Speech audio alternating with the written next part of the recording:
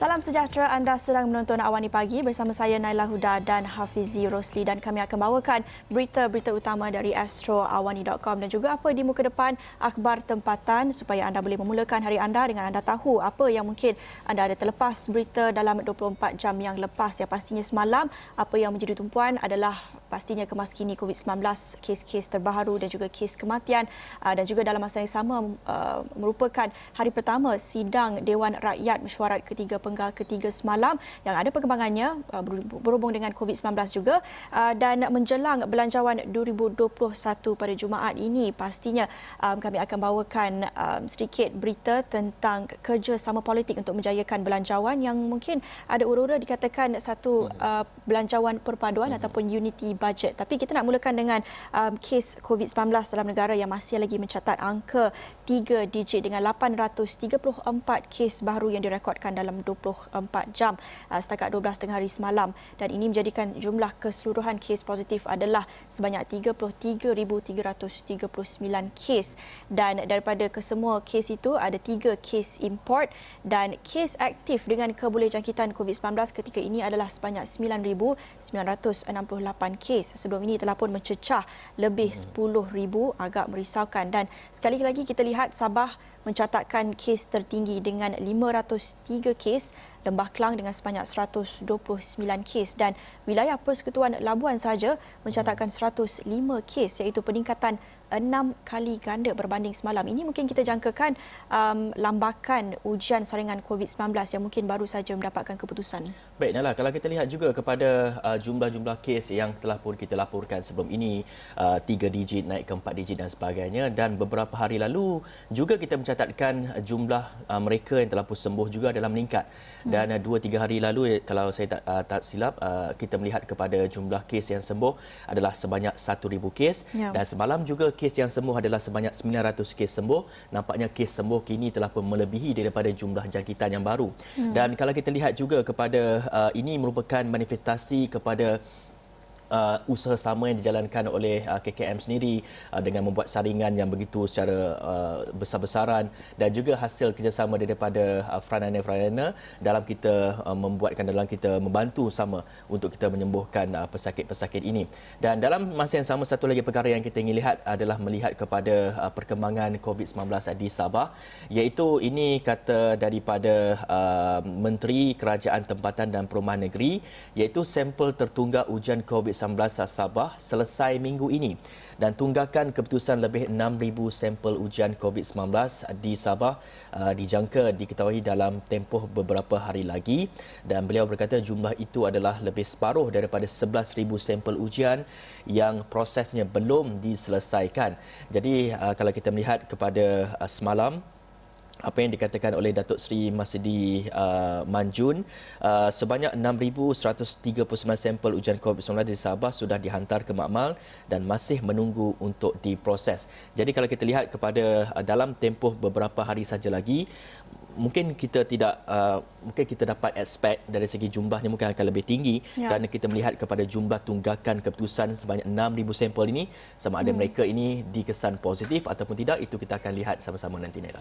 Ya, dan kalau kita lihat pada muka depan akhbar tempatan, misalnya New Straits Times hari ini memaparkan imej petugas Barisan Harapan atau Frontliners KKM, dan headline utamanya adalah Mirror DMCO. Ini mengambil kenyataan Perdana Menteri Tan Sri Muhyiddin Yassin. Ada perkongsiannya di akaun Facebook semalam, katanya PM wants SOP for social and sports activities tightened to resemble the rules during MCO. Ini melihat kepada SOP yang lebih ketat terhadap aktiviti sosial dan aktiviti sukan, mungkin sama mirip yang apa yang pernah dilaksanakan ketika PKP dahulu, dan ini mungkin perlu dipertimbangkan melihat kepada kawasan terutamanya di Lembah Kelang. Semakin banyak kawasan yang dicatatkan atau diisytiharkan sebagai zon merah, dan dalam masa yang sama juga kalau kita lihat berita utama berhubung dengan isu COVID-19 ini pastinya berhubung dengan sidang parlimen semalam. Kalau kita lihat berita harian pagi ini, headline-nya sidang parlimen terganggu akibat kes COVID-19. Katanya persidangan Dewan Rakyat semalam tidak panas seperti jangkaan ramai, mengambil kira pelbagai episod politik tetapi terganggu apabila terpaksa disingkatkan sebagai langkah berjaga-jaga terhadap jangkitan COVID-19. Dan itu juga pada muka depan The Star, proceeding carefully, melihat kepada sidang parlimen yang terpaksa ditangguhkan buat seketika melihat kepada kes COVID-19 yang direkodkan dalam kalangan pegawai kontrak ahli Dewan Negara, yang mana Menteri di Jabatan Perdana Menteri Parlimen dan Undang-Undang Datuk Taqiyuddin Hassan semalam mengumumkan seorang pegawai kontrak ahli Dewan Negara di Parlimen disahkan positif COVID-19, dan susulan itu mereka menjangkakan beberapa ahli Dewan Negara berkemungkinan turut dijangkiti wabak tersebut. Dan beliau berkata demikian ketika mencadangkan usul untuk menangguhkan mesyuarat ketiga penggal ketiga Parlimen ke-14 semalam sehinggalah pada pukul 1 petang. Dan kami juga sudah mendapat maklumat siapa sebenarnya kes positif tersebut. Beliau merupakan adik kepada ahli Dewan Negara Senator Ras Adiba Razzi, iaitu Ras Fiona Razzi, yang telah pun disahkan positif COVID-19, yang juga sebagai pegawai khas kepada Ras Adiba yang kini telah mendapat rawatan di Hospital Sungai Buloh. Dan dalam masa yang sama, Ras Adiba juga ketika dihubungi pada Isnin memaklumkan beliau dan ahli keluarganya masih menunggu keputusan ujian saringan COVID-19, dan katanya pastinya bagi setiap orang, saya juga pernah menjalani ujian saringan COVID-19, ini saat yang amat mendebarkan ketika menunggu hasil keputusan itu.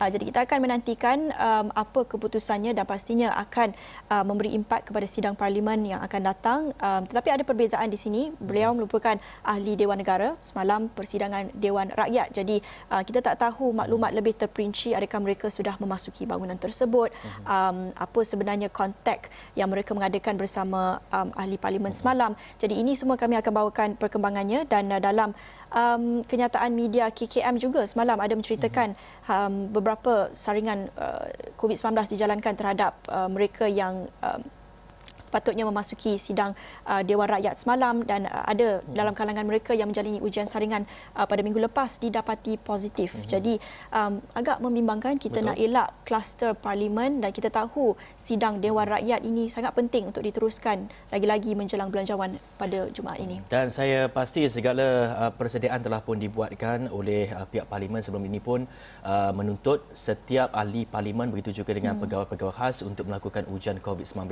sebelum sidang parlimen bermula pada semalam. Dan saya kira susulan daripada keputusan itu, pihak KKM juga telah pun mungkin menyekat individu-individu yang dapati positif, termasuk pihak media juga. Seorang pihak media dilaporkan positif COVID-19, dan saya pasti mereka tidak dibenarkan untuk memasuki ke perkarangan istana, perkarangan parlimen untuk membuat coverage dan juga sebagainya.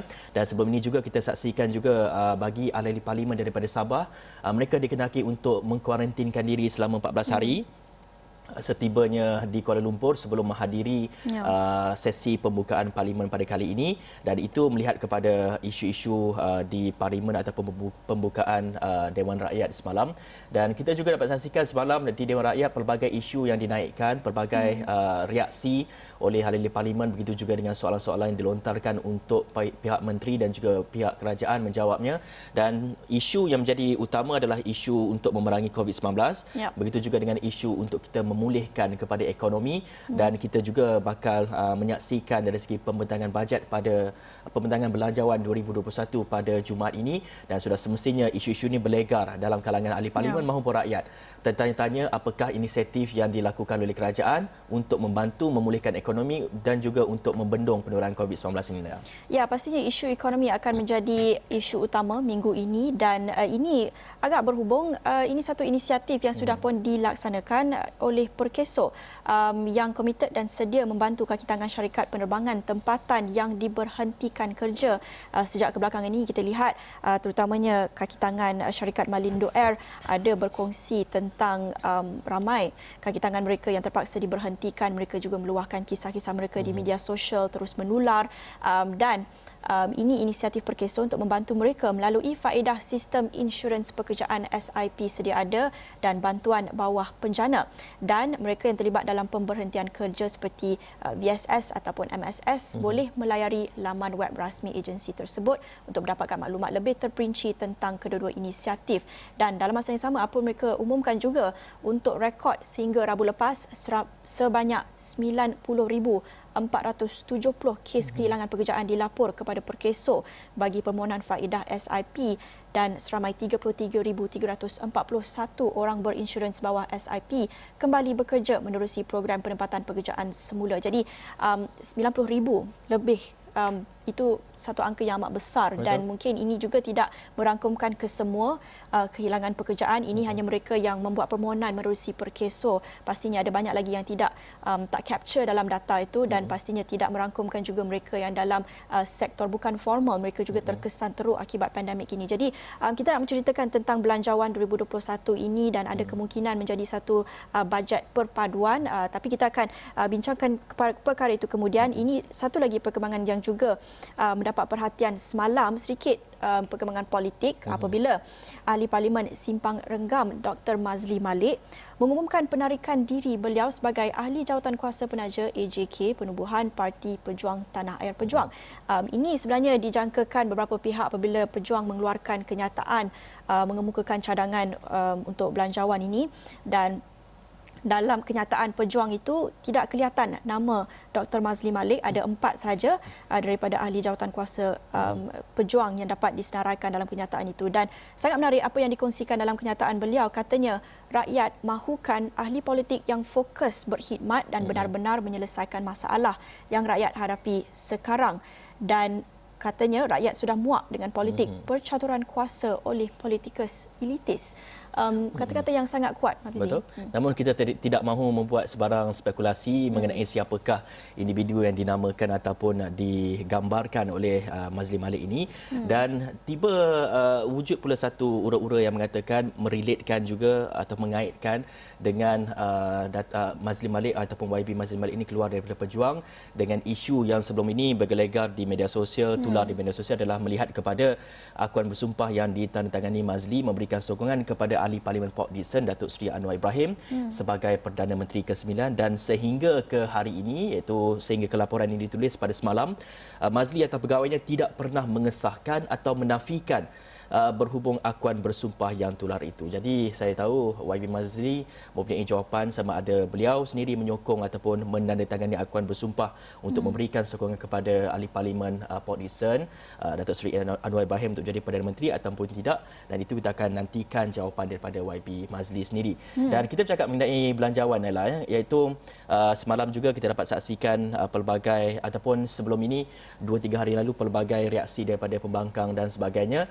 dan turut melibatkan kepada pihak bangkang untuk menyertai ataupun untuk memberikan cadangan dari segi kita merangka Belanjawan 2021. Dan selepas ini kita akan bawakan Ahli Parlimen Subang, dan beliau juga salah seorang ahli pembangkang yang menyertai ataupun menyampaikan cadangan dan juga harapan di pihak pembangkang terhadap Belanjawan 2021 ini. Kita akan menghubungi beliau selepas ini.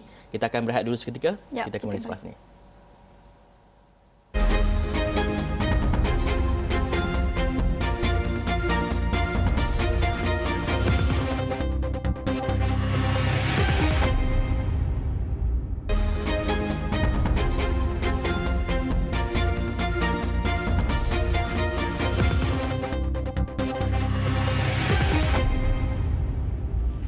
Bertemu kembali di Awani Pagi, dan menjelang pembentangan Belanjawan 2021 pada 6 November ini, kita menjangkakan bukan saja harapan rakyat dapat disampaikan dalam belanjawan itu, tetapi dalam masa yang sama mungkin ada nafas baharu dalam kerjasama politik susulan daripada titah yang di-Pertuan Agong menggesa kerjasama itu dapat dieratkan lagi antara ahli politik itu dapat diketepikan untuk mengutamakan kesejahteraan rakyat terutamanya dalam belanjawan 2021. Dan kita lihat Kementerian Kewangan ada menggerakkan usaha inisiatif untuk bekerjasama dengan pihak pembangkang dari pelbagai parti untuk mengemukakan cadangan mereka, apa harapan mereka dalam belanjawan ini. Dan secara keseluruhannya sebanyak 170 cadangan yang dikemukakan parti politik kepada Menteri Kementerian Kewangan dalam pelbagai mesyuarat yang diadakan sekira dalam seminggu yang lepas, dan kata Menteri Kewangan Tengku Datuk Seri Zafrul Tengku Abdul Aziz, secara umumnya cadangan-cadangan berkenaan tertumpu kepada sokongan dan bantuan yang diperlukan untuk mengatasi kesan COVID-19, dan antara sektor dengan cadangan tertinggi termasuk kesihatan, sokongan pekerjaan, pendidikan dan industri PKS. Dan kalau kita lihat juga salah satu entiti yang mengemukakan cadangan ini termasuklah Pakatan Harapan yang ada mengemukakan 6 langkah fiskal dan kewangan utama yang katanya Belanjawan Perpaduan 2021 tidak akan berlaku sekiranya Kerajaan Perikatan Nasional menolak 6 cadangan tersebut, dan itu kenyataan sendiri daripada Setiausaha Agong DAP Lim Guan Eng. Jadi ini memberi bayangan sama ada pihak pembangkang akan menunjukkan sokongan terhadap Belanjawan 2021 ini seperti yang kita harapkan, tetapi dalam masa yang sama kita perlu berbezakan juga antara politikkan sesuatu isu itu dan juga rundingan yang sihat, perbahasan yang sihat dalam sidang Dewan Rakyat untuk merangkakan satu belanjawan yang inklusif ini. Dan kita nak menceritakan tentang kerjasama politik antara kerajaan dan pihak pembangkang untuk merangka belanjawan ini, dan salah seorang ahli parlimen yang turut hadir dalam salah satu mesyuarat bersama dengan Kementerian Kewangan merupakan ahli Parlimen Subang Wong Chen yang sudah bersedia menerusi talian untuk berkongsikan sedikit intipati mesyuarat itu. Selamat pagi Wong Chen. Selamat pagi. Selamat pagi YB.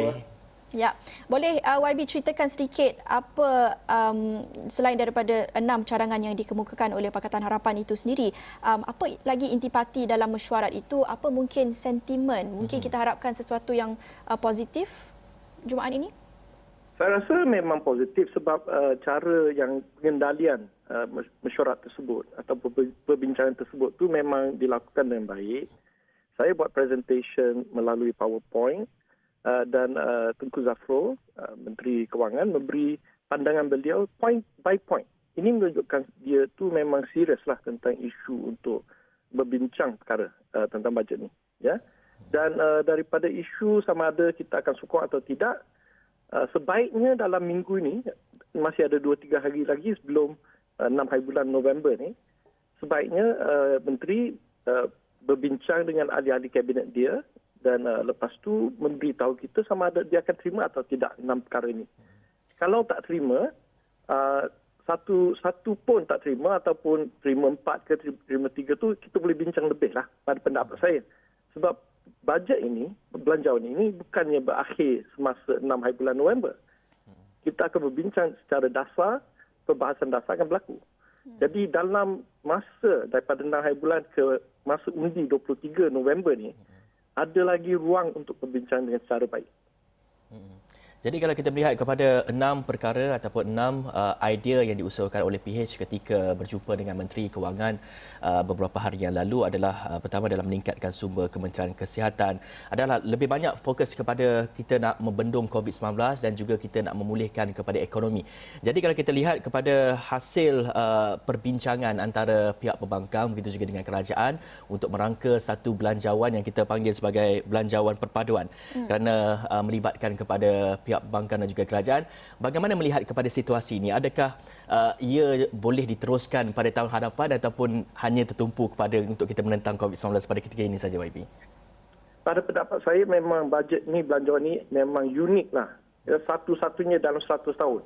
Maknanya fokus untuk mendapat satu understanding ataupun konsensus tentang isu unity budget lah kita panggil itu. Ya, itu memang akan berlaku sekali 100 tahun. Ya. Jadi saya tak rasa dia akan berpanjangan untuk tahun yang akan datang dan kita haraplah COVID ini memang boleh dikontrol dalam tahun 2021. Spesifiknya kita lihat dalam kuartal ketiga ya untuk negara kita. Jadi dengan itu dan juga dengan memahati dan juga menyokong titah raja ni, kita rasalah kita boleh berbincang lagi. Jadi tapi unik untuk tahun ini saja. Rundingan mengenai belanjawan ini kita jangkakan dalam minggu depan, minggu-minggu akan datang. Tapi kita lihat saranan yang banyak dikeluarkan sebelum ini untuk ketepikan politik. Bagaimana YB melihat, adakah rakyat dapat membezakan antara mempolitikkan belanjawan ini dan juga dalam masa yang sama perlu mengadakan rundingan yang sihat berhubung dengan belanjawan? isu politik ini sebenarnya isu demokrasi, bukannya politik semestinya politik lah. Politik jahat, politik baik itu cerita lain. Tapi demokrasi negara kita ni memang tak teguh sangat pada masa ini, ya. Sebab kita pun tahu ada percubaan darurat itu memang menggugat keadaan di parlimen.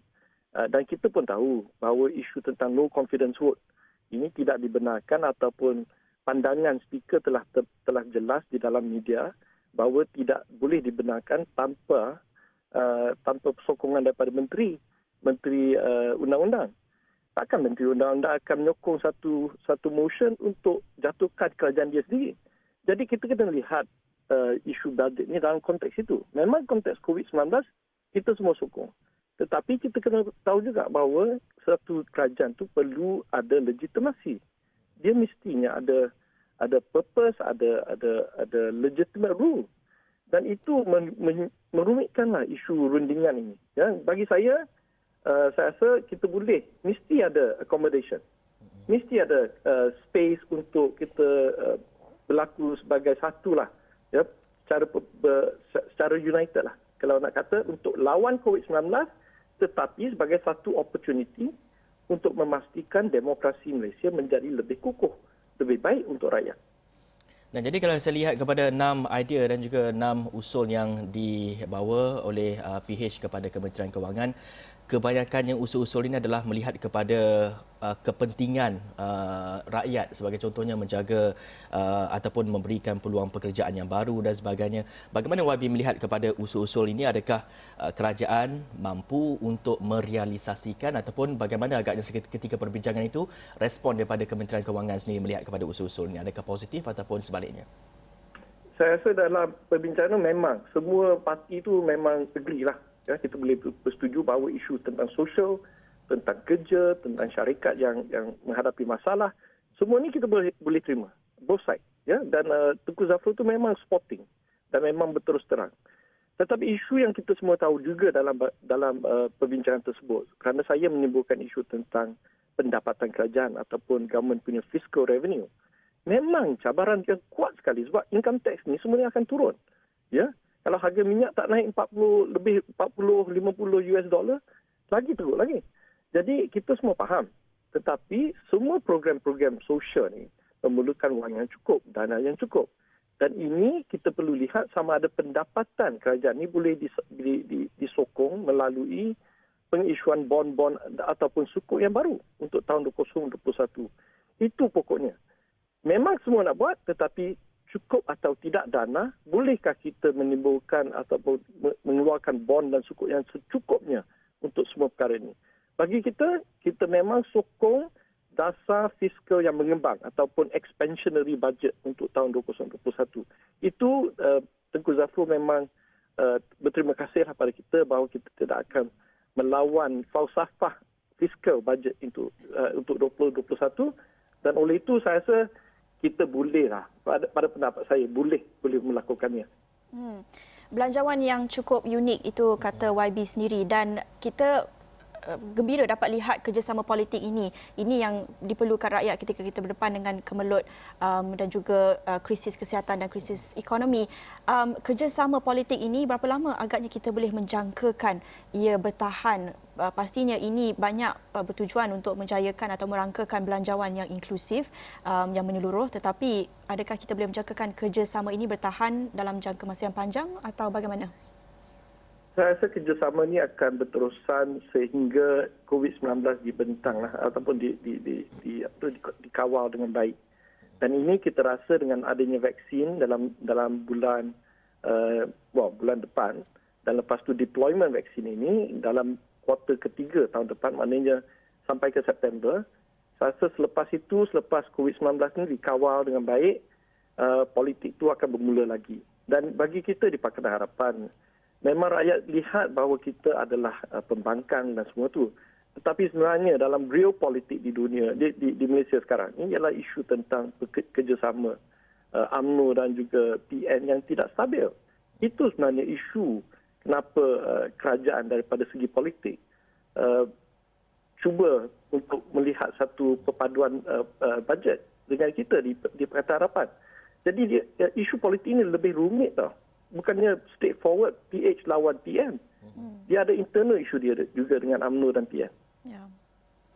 Okey, baik. Terima kasih kepada YB Wong Chen, Ahli Parlimen Subang yang sudi memberikan penjelasan mengenai bagaimana agaknya kerjasama politik dalam Belanjawan 2021 yang kita anggap sebagai belanjawan perpaduan kerana pihak kerajaan turut menerima pandangan daripada pihak pembangkang apa agaknya usul-usul dan juga idea-idea yang mereka inginkan yang perlu dimasukkan dalam belanjawan, terutama kita melihat kepada kepentingan, menjaga kepentingan rakyat ketika penularan COVID-19 ini, begitu juga dalam usaha kita untuk kita memulihkan ekonomi negara kita. Ya, dengan itu kita akhiri Awani Pagi di sini dengan banyak lagi laporan yang anda boleh lihat di astroawani.com dan kita akan jumpa lagi dalam buletin-buletin Awani seterusnya. Saya Naila Huda. Saya Hafizul Rasila. Assalamualaikum warahmatullahi wabarakatuh.